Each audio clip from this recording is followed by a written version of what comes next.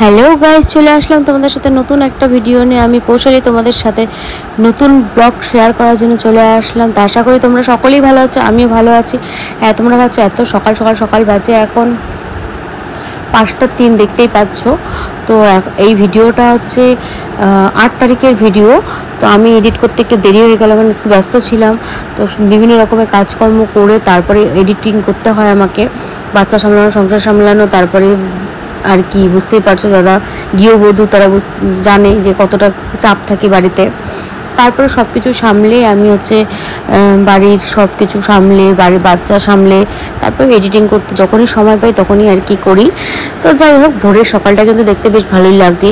তো ভোরের রাস্তাঘাট একদম নিঝুম, বেশ ভালো লাগছিলো। একটা ঠান্ডা ঠান্ডা মধুর একটা হাওয়া বইছিল, বেশ ভালো লাগছিলো। তো আমার বেসিক্যালি সকালে ওঠার কোনো এক্সপিরিয়েন্স নেই, আমি উঠতেও চাই না, আমার খুব বিরক্ত লাগে সকালে উঠতে, কারণ পারিও না উঠতে। আগে আগে আমার যখন এক্সাম ছিল একমাত্র তখনই আমি সকালে উঠতাম, তাছাড়া আমি বলতে পারবো না ভোরের আলো আমি কোনোদিন চোখে দেখছি।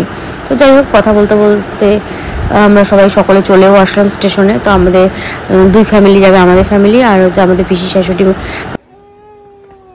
কাকা শ্বশুরের সকলে মিলে যাবে। কাকা শ্বশুরের একটা অ্যাক্সিডেন্ট হয়ে গেছিলো। অ্যাক্সিডেন্টটা এরকম যে একটা ট্রলি ভুলে গেছিলো, তো ট্রলি আবার সে গেছিলো আবার বাড়িতে গিয়ে ট্রলি নিয়ে এসে পরের ট্রেনটাতে আমরা গেছিলাম। আর সকলে মিলে আমরা ফার্স্টে যে ট্রেনটা ছিল আই থিঙ্ক ব্রহ্মপুত্র মেবি, তো জানি না, আমার ঠিক খেয়াল নেই। তো সকলে মিলে ট্রেনে উঠে গেলাম, খালি কাকু একসাথে আসা হলো না। কাকু পরের যে ট্রেনটা ছিল ওই ট্রেনটাতে কাকু এসেছে।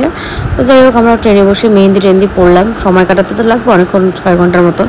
তো মেহেন্দি পড়ে স্টেশনে পড়া হয়ে গেছে। তো আমরা স্টেশনে নামলাম, নেমে গাড়ির জন্য ওয়েট করছিলাম। তো আমার হাজব্যান্ডরা গেছিলো টোটো ঠিক করতে। তো টোটোতে যেতে যেতে গুয়াহাটির যে দৃশ্যগুলো, মানে কি বলবো, সিনারি, পাহাড়, মানে ওয়েদার খুবই সুন্দর ছিল, খুবই ভালো লাগছিলো দেখতে।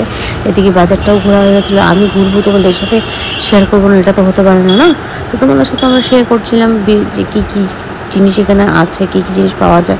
সবখানে সব রকম জিনিস পাওয়া যায় জানা কথাই, কিন্তু তবুও নতুন জায়গায় নতুন নতুন কালেকশন দেখতে কিন্তু বেশ ভালোই লাগে। তো যাই হোক, মন্দিরটা ঘুরে সব কিছু দেখে আমরা বাড়ির থেকে রওনা দিচ্ছি। আমার কিন্তু গুয়াহাটি জায়গাটা বেশ ভালোই লেগেছে। আর এদিকে যে দেখতে পাচ্ছ না, এগুলো সব কিন্তু চিল, ঠিক আছে?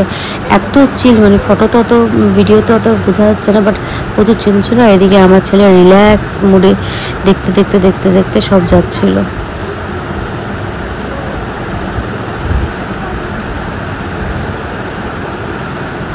এরপরে এই ঝেলতে দুলতে আমরা বাড়ির দিকে রওনা দিলাম। উফ, কি গরম, বাপরে বাপ! তো ভিডিওটা ভালো লাগলে শেয়ার করে দিও।